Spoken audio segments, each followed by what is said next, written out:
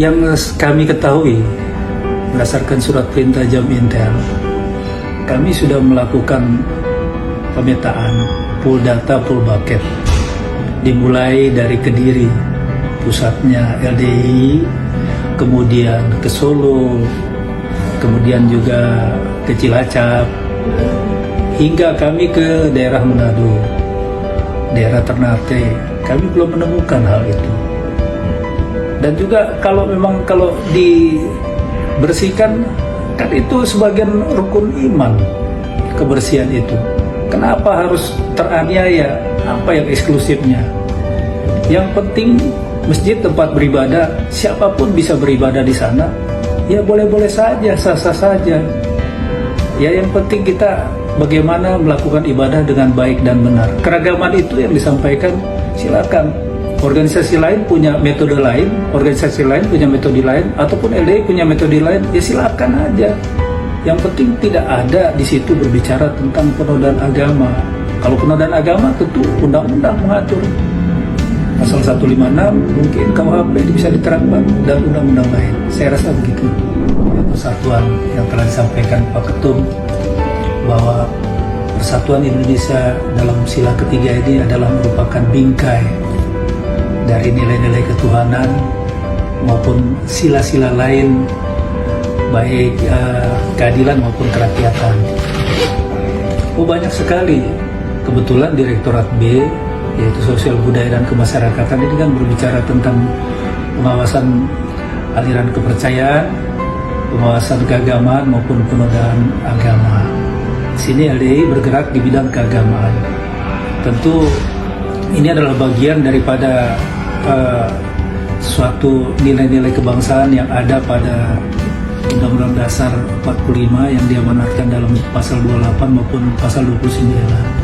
Tentunya bangsa Indonesia, semua warga negaranya mempunyai hak untuk beribadah.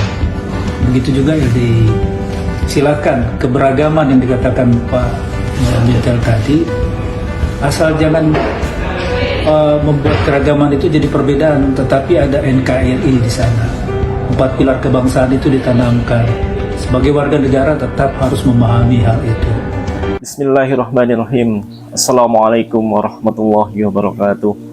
Alhamdulillah hamdan katsiran thayyiban mubarakan fi kama yuhibbu rabbuna wa yarda. Asyhadu an la ilaha illallah, asyhadu anna Muhammadan abduhu wa rasuluh sallallahu alaihi wasallam wa ala alihi wa sahbihi. Amma ba'du. Ikhwati fillah, akramanallahu wa iyyakum. Semoga kita senantiasa dimuliakan oleh Allah Subhanahu wa taala. Ma'asyiral muslimin yang menyimak channel ini, insyaallah alhamdulillahirabbil alamin, kita selalu bersyukur kepada Allah.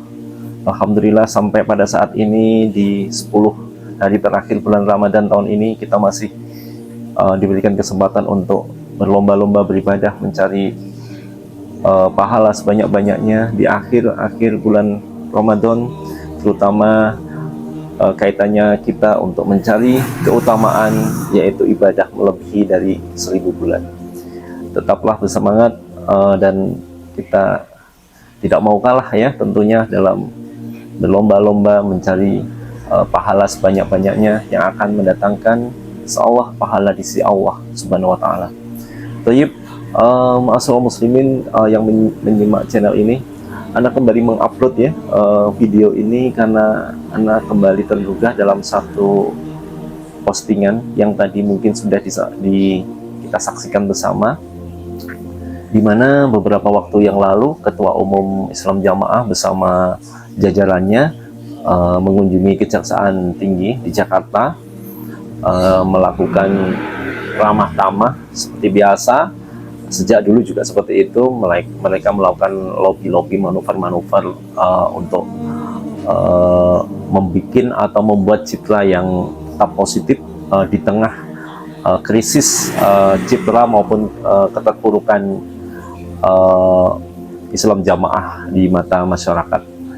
Ini tentunya adalah sebagai manuver Islam Jamaah untuk tetap eksis ya, di mana mereka menjaga eksistensi keberadaan atau organisasi tetap jalan. Ma'asyiral muslimin yang sedikit saya kritisi bahwa tadi ada pendapat dari kalau kita lihat di sini adalah Direktur Sosial Budaya dan Kemasyarakatan ya pada Kejaksaan Tinggi, yaitu Jaksa Agung Muda Ricardo Simanjuntak SHMH. Memang sekilas bahwa pendapat beliau ini normatif juga kita lihat bahwasanya mereka sudah seperti yang disampaikan, tentunya ini juga sedikit menggugah kita, di mana kita yang di daerah ya, tadi disebutkan bahwa kejaksaan sudah melakukan survei di Kediri, kemudian di Cilacap. Kebetulan yang di Cilacap, Ana juga menemui Kejaksaan Tinggi waktu itu, dan Ana juga menyampaikan apa yang menjadi keluhan-keluhan yang terjadi sebenarnya di internal Islam Jamaah ya. Jadi hasilnya ya, setelah dia melakukan roadshow ya, Kejaksaan melakukan roadshow, kemudian di Manado tadi seperti yang disampaikan, di Cilacap juga, di Solo juga, sebenarnya dia menyimpulkan bahwa Pak Ricardo Simanjuntak tadi menyimpulkan tidak ditemukan hal-hal yang eksklusif ya, atau tidak ditemukan hal-hal yang negatif mengenai Islam Jamaah. Nah, ini yang sebenarnya pesan ini yang perlu kita sampaikan kembali, bahwa semua bukti maupun semua kesaksian maupun keterangan ya, itu sudah kita sampaikan. Di Solo sudah, kemudian di Cilacap kemarin kita temui perwakilan Kejaksaan Tinggi yang beliau juga melakukan investigasi di kota Cilacap, dan Ana kebetulan bertemu langsung dengan beliau, dan kita sampaikan beberapa hal yang kaitannya dengan dinamika Islam Jamaah yang ada di masyarakat, bahwa memang di Islam Jamaah itu terjadi penyimpangan, kemudian terjadi persekusi, kemudian mereka mempunyai kepahaman yang menyimpang, sudah kita sampaikan semua.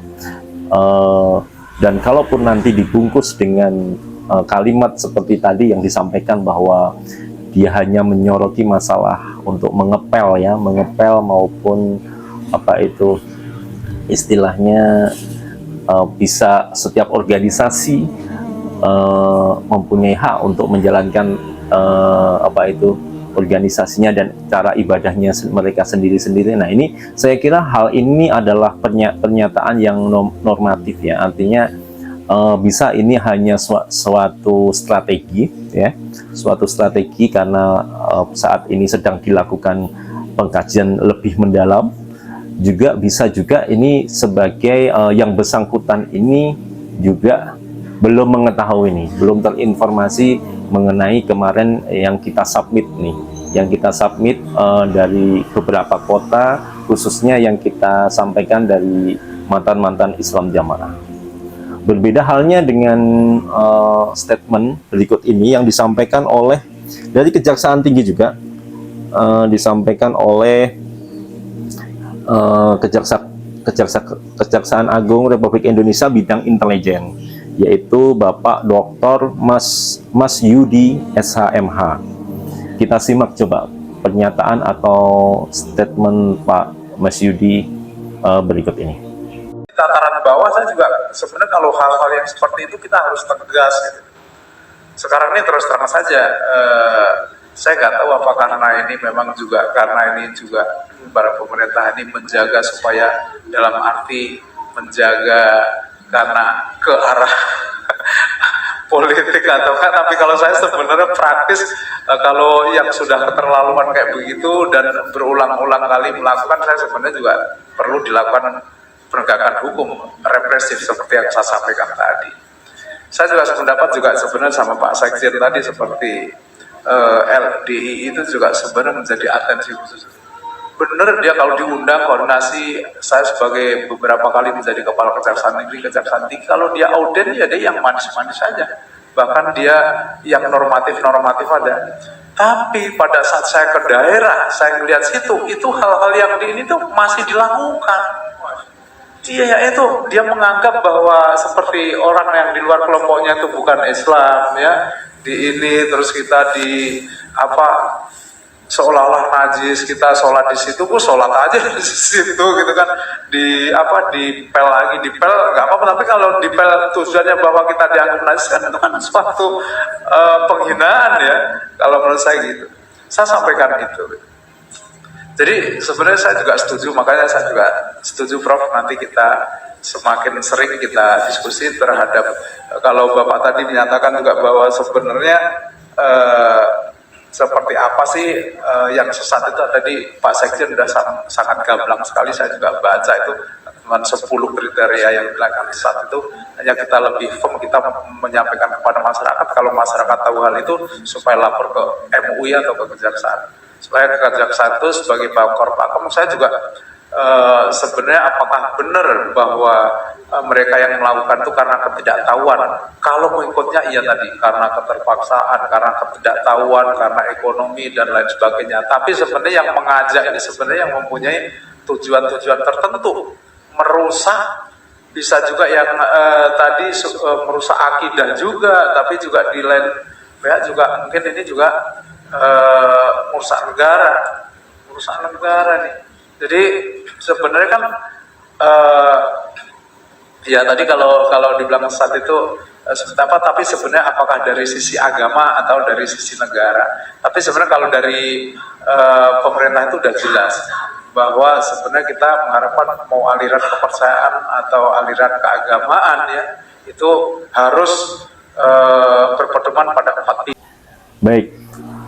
Ma'asyiral muslimin, tadi kita sudah jelas dan gamblang ya, karena Pak Mas Yudi ini sudah menerima atau sudah terjun langsung ke lapangan dan melihat dinamika yang ada di masyarakat, bahwa di dalam Islam jamaah ini memang benar adanya sangat membahayakan, dan kami mendorong MUI maupun Kejaksaan untuk segera melakukan tindakan yang tindakan yang aktual dengan melakukan penonaktifan organisasi Islam jamaah ini. Ma'asyiral muslimin, kenapa ini menjadi satu yang urgent menurut kami? Apakah kami adalah barisan sakit hati, ataukah kami merasa tidak dipakai? Tentunya tidak. Beberapa kali yang kita sampaikan, baik kesaksian maupun mungkin beberapa fatwa khususnya untuk Kejaksaan, yaitu di tahun 71 dan di 2004. Coba antum bisa lihat di video Ana sebelumnya, yaitu mengenai manifesto Islam jamaah dan pergerakannya. Di video Ana sebelumnya juga kita jelaskan bahwa di tahun 71 dan di tahun 2004 itu sudah dilakukan penonaktifan organisasi Islam jamaah, kemudian mereka melakukan reinkarnasi atau berubah organisasi dari Islam jamaah atau lemkari menjadi saat ini. Ma'asyiral muslimin, kita harapkan kita kembali melakukan, Kejaksaan kembali bisa melakukan penonaktifan organisasi ini, karena coba kita lihat cuplikan dari salah satu ustadz berikut ini. Dan yang semisal dengan mereka itu memiliki keyakinan yang berbahaya. Keyakinan mereka itu adalah mengkafirkan yang tidak sepaham dengan mereka, termasuk kita, mengkafirkan penguasa, mengkafirkan. Nah, ini harus dipastikan dulu ini keyakinannya, karena ini berbahaya ya. Dia akan melakukan mempraktekkan itu manhaj takfir itu di negara ini, dan itu berbahaya ya ikhwah ya. Sebenarnya banyak aliran takfir di negara kita ini, di antaranya LDII, dan dia terang-terangan berbohong di hadapan MUI, mengatakan bahwa kami tidak ada baiat, kami tidak mengkafir-kafirkan selain kelompok kami. Maka ditanya oleh mantan anggota LDII yang hadir dalam persaksian itu di hadapan MUI, yang sekarang dia sudah bertobat, keluar dari LDII. Dia tanya, kenapa kamu kok berbohong di hadapan MUI, Majelis Ulama Indonesia Pusat? Kamu bilang nggak ada baiat, padahal ada baiat. Kamu bilang tidak mengkafirkan selain kelompok mereka, padahal mereka mengkafirkan. Kau mengkafirkan. Apa jawaban mereka? MUI kan kafir, jadi kita boleh berbohong sama MUI. Nah, coba lihat ya ikhwah, bahaya LDI ini ya. Itu ya ikhwah, itu saya berteman di Facebook dengan mantan LDI. Dari mereka saya bisa tahu bagaimana sebenarnya LDI itu. Jadi wa syahida syahidun min ahliha, telah bersaksi dari mereka yang sudah bertobat kembali kepada Allah Subhanahu wa taala. Betapa sangat bahayanya Islam jamaah ya, karena mereka yang pertama tadi disampaikan adalah mengkafirkan dan lain sebagainya. Tapi kami sebagai mantan Islam jamaah ingin mendetailkan sebenarnya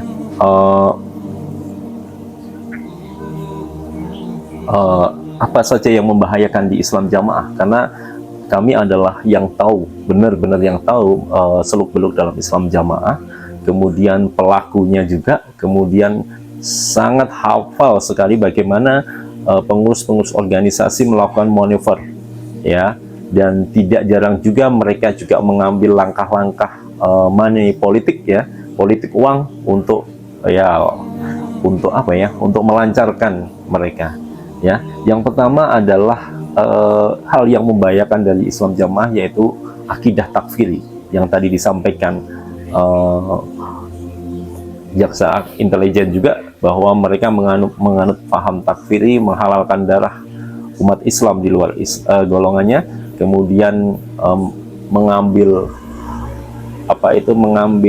harta apabila tidak diketahui itu sah karena paham takfiri itu ya. Itu benar-benar terjadi ya. Jadi paham takfiri ini juga, kalau kita melihat cuplikan berikut ini, yaitu cuplikan dari direktur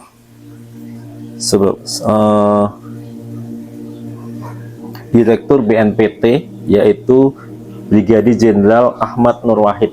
Kita saksikan pemaparan beliau berikut ini. Oke. HTI, Hizbut Tahrir yang pusatnya di London, Inggris, menganggap rukun agama itu adalah iman, Islam, khilafah. Nggak ada ihsannya. NII, LDI tadi seperti didiskusikan, NII, LDI itu sempalannya NII ya. Ini ada di mahasiswa ini banyak yang menjadi sasaran NII ini. NII itu genealoginya DITI Kartosuwiryo itu loh. Radikalisme juga, terorisme juga.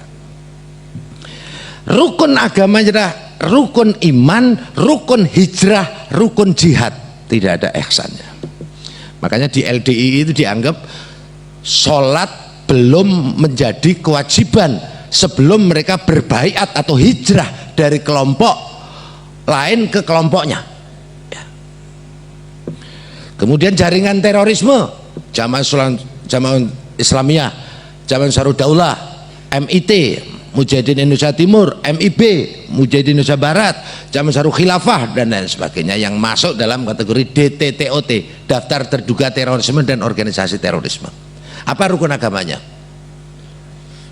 Rukun iman, rukun Islam, rukun jihad. Tidak ada ihsannya. Maka di sini saya sampaikan, saya simpulkan bahwa radikalisme dan terorisme ini sejatinya adalah krisis ihsan, krisis akhlak, krisis spiritual. Toyib itu adalah BNPT pun juga sudah melihat ya, melihat adanya bibit-bibit radikalisme dari Islam jamaah karena takfiri. Ma'asyiral muslimin, antum bayangkan bahwa Islam jamaah itu adalah satu komando. Artinya dia satu perintah dari keimaman langsung dilaksanakan. Kalau perintahnya ini di luar Islam jamaah, itu halal dibunuh, halal darahnya. Apabila mereka sudah mempunyai kekuatan dan saat ini sudah membangun kekuatan, dan apabila kekuatan itu sudah memungkinkan, tidak menutup kemungkinan terjadi pemberontakan atau yang dinamakan terorisme. Nah, memang saat ini karena embrionya masih kecil atau bibitnya mereka belum kuat, nah sebaiknya kita lakukan pencegahan yang masif dan terstruktur, sehingga perkembangan mereka akan semakin kita tekan dan terselamatkanlah akidah umat ini. Yang kedua adalah, ini adalah menyesatkan umat ya. Bahaya Islam jamaah yang kedua, menyesatkan umat dengan paham-paham imamah mereka, dengan paham-paham jamaah surga tidak jamaah neraka ya, menggiring umat, mendoktrinasi umat, ya, seakan-akan menjadi organisasi yang paling benar, golongan yang paling benar, dan yang lain golongan di luarnya adalah golongan sesat. Nah, ini hal-hal yang menyesatkan umat yang kita harus bentengi. Ini masyarakat pada umumnya yang belum mengetahui tentang bagaimana Islam Jamaah ini melakukan manuver-manuver maupun merekrut anggota-anggota dari masyarakat yang pada umumnya. Jadi itu yang kedua. Yang ketiga adalah ini yang sangat berbahaya juga. Jadi yang ketiga ini adalah penggalangan dana yang terstruktur dan masif. Ya, di dalam Islam Jamaah itu adalah di situ adalah sistem penggalangan dana utamanya, penggalangan uang dari pengikut-pengikutnya yang dibalut dengan kamuflase agama, ya, dibalut dengan ini untuk menebus surga, begitu, ini untuk pembelaan fisabilillah, nah ini untuk membela agama Allah. Nah, ini adalah pemungutan uang, pemungutan pajak atau premanisme yang berkedok agama. Ya, sekali lagi ini adalah premanisme yang berkedok agama. Karena kita lihat bahwa pemungutan pajak seperti 1/10 atau semua anggotanya diwajibkan menyetor setiap bulannya 10% dari penghasilan, dan tanpa dilakukan tanpa mengetahui laporan pertanggungjawaban, ya, atau tidak ada warga Islam Jamaah itu mengetahui dana yang sudah disetorkan itu buat apa, ya, rinciannya buat apa, ya, dan lain sebagainya. Nah, kita tidak yang sudah kita saksikan di sana adalah bagaimana uang yang miliaran rupiah setiap bulan dikumpulkan, ya, kemudian hedonisme, baik itu keimaman maupun pengurus-pengurus pusatnya dan lain sebagainya, kemudian aset-aset yang mereka punya, aset-aset perorangan, ya, yang diwujudkan untuk aset-aset perorangan, sehingga suatu saat kalau organisasi ini dinonaktifkan, aset-aset itu tidak bisa teraudit, tidak bisa diambil. Nah, ini adalah salah satu premanisme penggalangan dana yang harus kita audit secara menyeluruh, karena ini adalah dana umat sebenarnya, dana masyarakat umum yang diambil dengan kedok agama. Ini sangat bahaya sekali. Tolong dicamkan, ya, dicamkan, dan sadarlah bahwa antum semua yang masih dalam Islam Jamaah, bagaimana Anda dipalak, ya, atau dimintai untuk untuk menyetorkan uang antum 10% setiap bulannya. Keempat, ya, yang bahaya tentang Islam Jamaah tadi, setelah tadi adalah pengambilan dana, ya, atau pengambilan dana umat dengan cara yang tidak benar. Kemudian yang keempat ini bagaimana yang terjadi, ya, kaitannya dengan hal-hal seperti persekusi, ya, kemudian penganiayaan, pengusiran, blokade, kemudian pemutusan hubungan kerja, pemutusan hubungan famili, penghilangan hak waris, kemudian dan lain sebagainya, seperti yang sudah kita podcastkan, ya, di channel Ana juga. Beberapa ikhwah yang hijrah itu coba kita lihat, ada yang istrinya diambil oleh pengurus Islam Jamaah, ya, pulang kerja istrinya diambil, kemudian ada yang ditinggal di terminal malam-malam tanpa ada uang, kemudian diusir serta merta malam-malam diusir, ya, kemudian walaupun itu anaknya sendiri atau orang tuanya sendiri. Coba Pak Ricardo Simanjuntak ini, apakah Bapak juga belum melihat ini, dan apakah belum data ini belum sampai ke Bapak, ya? Apakah ini juga seperti tadi Bapak katakan bisa membina persatuan dan kesatuan umat, tidak menimbulkan goncangan di masyarakat? Tentunya tidak, ya, tentunya tidak. Ini adalah salah satu tindakan yang tidak berperi kemanusiaan yang dilakukan dari praktek dari takfiri tadi, menghalalkan atau mengkafirkan yang ada di luar Islam Jamaah. Semoga video ini juga tersampaikan kepada beliau, ya, dan sekali lagi tolong dilihat kembali, ya, Pak, khususnya untuk Pak Ricardo Simanjuntak ini, apakah benar ya, apakah benar Bapak sudah meneliti secara mendalam fenomena yang terjadi? Karena di Cilacap juga kita sudah mensubmit bahwa apa saja yang terjadi, kemudian persekusi semacam apa yang terjadi, dan bukti-buktinya juga sudah kita submit. Coba bayangkan. Nah, ini kita harapkan kejaksaan tetap komit dan tidak tidak terbuai dengan normatif-normatif atau lobby-lobby yang dilakukan Islam Jamaah. Itulah sesungguhnya yang terjadi, seperti tadi yang disampaikan Ustadz, bahwa mereka mengkafirkan, dan mengkafirkan bukan hanya yang di luar jamaah, termasuk MUI dikafirkan.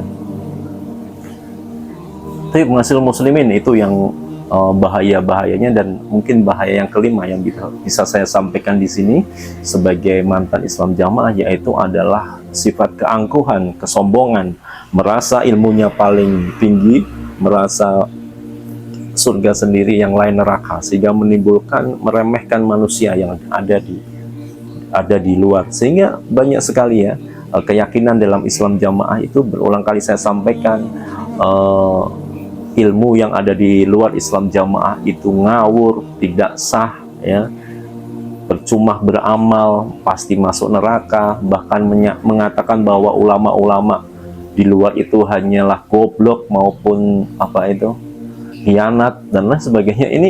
Ini adalah provokasi-provokasi yang mereka sampaikan.